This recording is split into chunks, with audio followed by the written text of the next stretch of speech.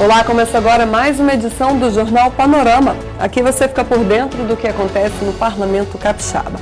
Nesta edição você vai ver em destaque: a audiência pública discute valores cobrados nas contas de energia elétrica.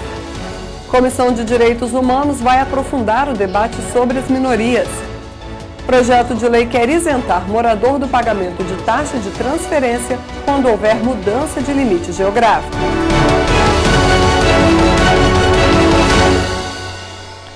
Junto com os comentários sobre o calor, um dos assuntos mais comentados neste início de ano são os valores cobrados nas contas de energia elétrica. Diante das reclamações registradas no PROCON da Assembleia, a Comissão de Defesa do Consumidor promoveu a audiência pública com os atores envolvidos na questão. O aumento na conta de energia elétrica nos meses de janeiro e fevereiro deste ano foi motivo de reclamação por parte dos capixabas. Para debater o assunto, a Comissão de Defesa do Consumidor reuniu, em audiência pública, representantes do PROCON, da EDP, empresa fornecedora de energia, da Ordem dos Advogados do Brasil, da ANEEL, Agência Nacional de Energia Elétrica, e também da sociedade civil. De acordo com a EDP, 4 fatores influenciaram na elevação das faturas de energia no estado. A gente teve o verão mais quente dos últimos 26 anos, conforme a imprensa, falou mesmo, divulgou. Então isso puxa o consumo para cima. Por quê? Porque o consumo das casas, das residências é fortemente puxado por ventilação, que são os ventiladores, que podem dar um impacto razoável na conta. Ar-condicionado, o que mais prejudica a conta, quem tem ar-condicionado vai pagar uma conta muito alta mesmo, é esperado isso. E a geladeira mesmo, por uso e porque a temperatura lá de fora fica muito alta. Então ela esquenta e tende a trabalhar mais. Primeiro fator. Segundo fator, o PIS/COFINS, ele tem uma variação mensal. Fevereiro ele foi mais alto que janeiro, então uma conta de fevereiro e janeiro que tem valores iguais podem ter, de consumo, podem ter valores diferentes em reais. E a outra questão, a questão da iluminação pública, que é o terceiro fator. Esse terceiro fator é decorrente da mudança de faixa.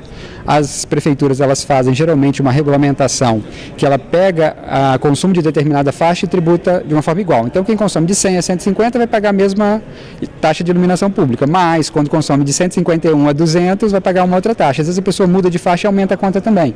Isso também acontece. E um fator que preocupa muita gente é a questão da tarifa social. O que acontece com a tarifa social? É um benefício que o cliente tem na conta que pode, em alguns casos, representar que pague metade da conta.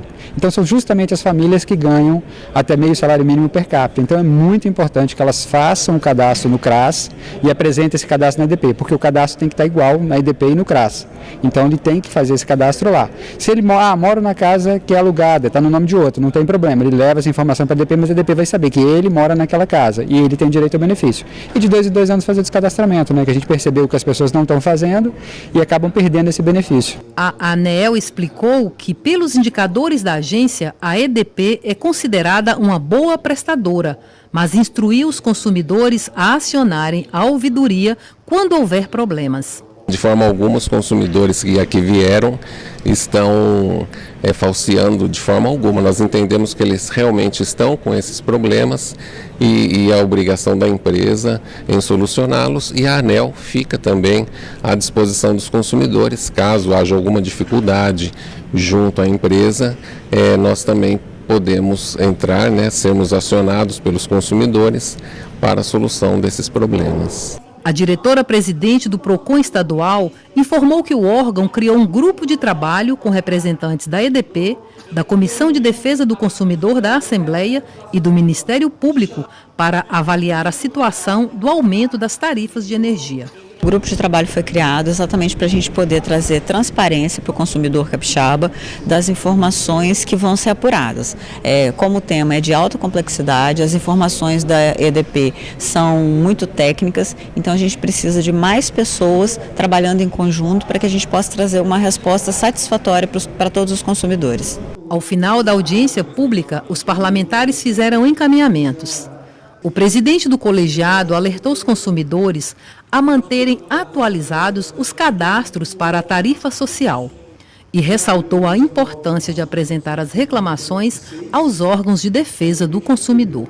Estamos orientando a população do Estado do Espírito Santo que se sente lesada para procurar de imediatamente o PROCON estadual ou o PROCON aqui da Assembleia Legislativa, para que nós possamos, caso a caso, ver e encaminhar. A Comissão de Justiça se reuniu e votou vetos do governo a projetos de lei de autoria parlamentar. Violência contra a mulher e crueldade contra os animais foram os assuntos em questão. Na reunião desta semana, a Comissão de Constituição e Justiça votou pela manutenção de um veto total e de um veto parcial. O veto total foi ao projeto de lei de autoria da deputada Raquel Lessa. A matéria determinava a inserção de mensagem alertando sobre a violência contra a mulher nas faturas de água, luz, telefone e demais concessionárias de serviço público no estado do Espírito Santo. Os deputados chegaram a levantar uma discussão se o projeto realmente deveria ser vetado, já que não havia ônus para o governo. Porém, o entendimento geral foi que haveria interferência nas relações contratuais existentes entre o Estado e as concessionárias. Por isso, mantiveram o veto. Apesar da matéria ser positiva, a gente viu que a intenção da deputada, no caso a Raquel Lessa, era positiva, mas quando a gente começa a interferir nos contratos, a gente tem aí uma insegurança jurídica que pode gerar um aumento até de preços, né? Preços públicos, mesmo a gente às vezes achando não vai onerar, mas de certa forma vai ter que ter uma diligência para fazer aquelas atribuições que foram dadas por uma lei, às vezes, que não tem nada a ver, nenhuma pertinência com o contrato. Então hoje foi importante fazer essa discussão até porque a gente adote um caminho aqui na comissão. Já o veto parcial foi ao projeto de lei de autoria do deputado Dr. Rafael Favato, que determina o pagamento de multa em caso de atos de crueldade cometido contra animais. O veto do governo foi a 2 trechos. Um inciso que passava a responsabilidade ao locatário em caso de animais abandonados dentro de imóveis e um parágrafo que falava da comercialização de animais silvestres sem a devida autorização do IBAMA. O projeto já foi sancionado quase em sua totalidade. O veto foi em relação à possibilidade do deputado legislar sobre aquele assunto, mas grande parte da legislação foi adotada, né? A gente ficou feliz porque o governo do estado deu um parecer, na realidade, bastante positivo em relação ao projeto do deputado Rafael Favato, e a gente começa a ter mais avanço em relação à proteção animal. Na segunda sessão da semana, destaque para projetos apresentados pelos deputados e lidos durante a sessão. Quem traz as informações do plenário é a repórter Nicole Espósito. Nicole? Começou a tramitar na casa após a leitura em plenário proposta que isenta proprietários de veículos e imóveis do pagamento de taxas de transferência nos locais onde houve mudanças recentes nos limites dos municípios. A proposta é do deputado Adilson Espíndola e vai tramitar pelas comissões de Justiça, Defesa do Consumidor, Mobilidade Urbana e Finanças antes de seguir para a votação no plenário. Houve uma reorganização geográfica de interesse do Estado, de alguns municípios aqui do nosso Estado, e eu estou pedindo a isenção das taxas porque tem muitos proprietários de imóveis que eles não têm condições de transferir os seus imóveis para os municípios que agora eles pertencem, tanto não só dos imóveis imobiliários como veiculares também. O deputado Fabrício Gandini propôs a criação de 2 fundos, um para apoio às guardas municipais e outro para proteção aos animais. Os 2 projetos foram devolvidos ao deputado pela mesa diretora, mas ele recorreu da decisão à Comissão de Justiça. São 2 áreas muito sensíveis hoje, né? Uma trata sobre segurança, o apoio importante que as guardas municipais têm dado à Polícia Militar e à Polícia Civil nos municípios. Então a ideia de criar esse fundo é que a gente tenha um aporte também do Estado de recursos para que a gente equipe essas guardas municipais, né, que serve nos municípios onde existe a guarda, a Polícia Militar tem essa parceria importante, principalmente na questão ostensiva. Então esse fundo serviria para ajudar a equipar essas guardas, que nem sempre, às vezes, todos os municípios têm condições de implantar essas guardas, mas com esse apoio do governo do estado talvez seria o ideal, uma força policial no município. Já o Fundo de Proteção Animal é outra situação que a gente tem visto aí grave, a gente tem um número expressivo de de cães, gatos nas ruas, né, se proliferando. E esse fundo serviria para que a gente fizesse uma campanha grande de castração, né? Tem tudo a ver com saúde pública, mas também com bem-estar animal. Então a ideia desse fundo seria para que o foco dele fosse a gente também, em parceria também com as prefeituras, ampliar o número de castrações, principalmente dessas regiões onde há uma grande quantidade de cães e gatos nas ruas. A Comissão de Agricultura recebeu o engenheiro agrônomo Ailton Geraldo Dias, autor de um ensaio sobre o agronegócio no Brasil e no Espírito Santo.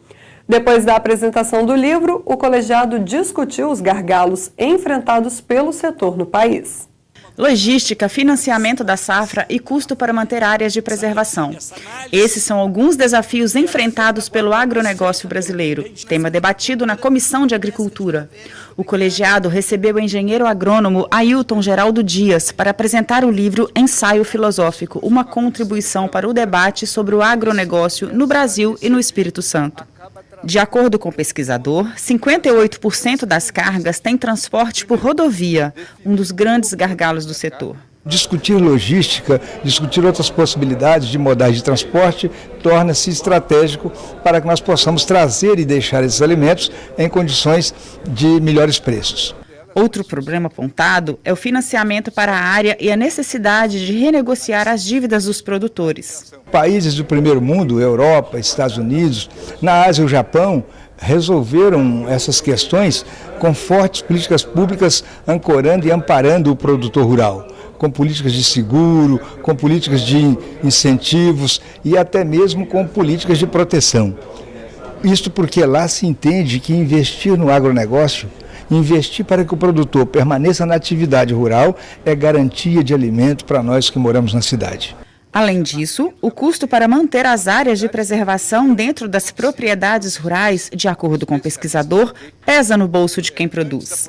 Nós pensamos que seja o momento agora de discutir a seguinte questão: se ele presta um serviço ambiental, com quem deveria ficar esse ônus desse serviço? Somente com o produtor? Ou nós podemos compartilhar isso com a sociedade civil e buscar uma forma de remuneração ou de pagamentos pelos serviços sociais prestados? A reunião foi acompanhada por representantes de associações e produtores rurais. A presidente do colegiado destacou a importância de discutir e avançar nos debates. Discutimos aqui a necessidade de estarmos ouvindo cada vez mais o setor, estar interagindo com esse setor, que eles possam também estar trazendo as contribuições, porque senão o debate é feito, mas a gente não consegue evoluir nele, caso não venham essas contribuições e a gente possa também dar sequência junto à nossa bancada federal, dos deputados federais, dos senadores, porque muitas dessas contribuições, elas se encontram na esfera federal. Verba para Ciência e Tecnologia Capixaba. Em relação ao edital de 2018, a FAPES, Fundação de Amparo à Pesquisa e Inovação no Espírito Santo, deve dispor de quantia 670% a mais para investir no setor. A informação foi divulgada na reunião do Colegiado de Ciência e Tecnologia da Assembleia. Cerca de 9,5 milhões de reais em editais. Esse é o valor que deve ser investido pela FAPES, a Fundação de Amparo à Pesquisa e Inovação do Espírito Santo, no ano de 2019. Esse montante é muito maior que o valor investido em 2018, um pouco mais de R$ 1.400.000. As cifras foram apresentadas pela diretoria da FAPES em reunião no Colegiado de Ciência e Tecnologia. Também foram mostrados os principais ramos de atuação da autarquia vinculada à Secretaria de Ciência, Tecnologia, Inovação e Educação Profissional. A gente trabalha normalmente por meio de editais ou por algum tipo de direcionamento em relação a uma determinada ação do próprio governo do estado. Mas normalmente a gente faz editais abertos ao público e todos podem se candidatar se sentirem em condições, cumprir as condições do edital para participar e receber um financiamento. Isso serve tanto para a área de ciência, ou seja, a pesquisa a ser desenvolvida nas nossas universidades, nas nossas faculdades, assim como serve também para a formação de pessoas através das bolsas de iniciação científica júnior, mestrado e doutorado. E também o desenvolvimento da economia no Estado através do financiamento às empresas nascentes, que a gente chama de investimento em inovação. O diretor-presidente também falou sobre editais que serão lançados ao longo do ano. Destacaria um edital que deve sair proximamente, que nem coloquei lá, né? Que é o PitGov, que é um edital que vai procurar aproximar as startups dos problemas reais do governo do Estado e fazer um match disso, fazer um encontro dessas resolvedores de problemas, que são as startups, dos problemas reais do governo do Estado. Esse é um edital muito importante porque pode alavancar a inovação dentro do governo, melhorar de forma significativa os serviços prestados pelo Estado, diminuir os recursos necessários para isso, além de alavancar um conjunto de empresas do próprio Estado do Espírito Santo ou de fora para fazer isso. A FAPES foi fundada em 2004 e atua no apoio técnico, financeiro e operacional a projetos de inovação, ciência e tecnologia. Em 2018, teve redução de cerca de 7 milhões no orçamento por força de uma lei federal que desvinculou parte dos recursos destinados à autarquia. O presidente da comissão disse que pretende atuar para buscar mais recursos para a FAPES. Essa discussão, tanto eu quanto o deputado Fabrício Gandini, que somos membros da Comissão de Finanças, vamos levar para a Comissão de Finanças para tentar abrir um espaço no orçamento para melhorar as condições tanto da FAPES como da Secretaria de Ciência e Tecnologia para a gente levar a inovação para o nosso Estado. A Comissão de Direitos Humanos aprovou uma agenda de audiências públicas voltada para a defesa das minorias no Estado. Em sua primeira reunião ordinária nessa legislatura, a Comissão de Defesa da Cidadania e dos Direitos Humanos, presidida pelo deputado Enivaldo dos Anjos, fez a distribuição dos processos pendentes e aprovou uma agenda de audiências públicas voltadas para a questão dos direitos humanos no Estado. A agenda foi proposta pela vice-presidente do colegiado, deputada Irine Lopes. Procurei agendar audiências públicas onde nós pudéssemos aprofundar o nosso debate sobre os problemas em torno das ameaças que vêm sofrendo os indígenas, sobre a questão das mulheres e do feminicídio, sobre a questão da criança e do adolescente através dos 29 anos do ECA, sobre a questão das nossas além das crianças e dos adolescentes, do feminicídio, mas também outros assuntos que estão diretamente relacionados com os problemas de direitos humanos. Nós moramos num estado que é vice-campeão nacional e um dos primeiros do mundo em homicídio da juventude negra, que eu também fiz questão de pautar. Então, assim, é uma comissão que eu tenho uma expectativa e uma esperança de boa produção para ajudar a sociedade do Espírito Santo. A reunião da Comissão de Saúde recebeu a médica Faradiba Serpa para falar sobre doenças raras. Foram relatadas as dificuldades encontradas do diagnóstico ao tratamento. 28 de fevereiro é o Dia Mundial das Doenças Raras. As dificuldades no diagnóstico e tratamento desses pacientes continuam em discussão na Comissão de Saúde. A OMS, a Organização Mundial de Saúde, considera rara a doença que afeta até 65 pessoas em cada 100 mil indivíduos. Existem entre 6 e 8 mil doenças raras e no Brasil nós estimamos que existam 13 milhões de pessoas que possuem algum tipo de doença rara. No Espírito Santo, esses pacientes não têm um centro de referência no assunto. Existem poucos locais para atendimento desses pacientes. A segunda dificuldade é quanto ao diagnóstico, a disponibilidade de exames para o diagnóstico. Então, nós carecemos de muitos exames aqui no estado.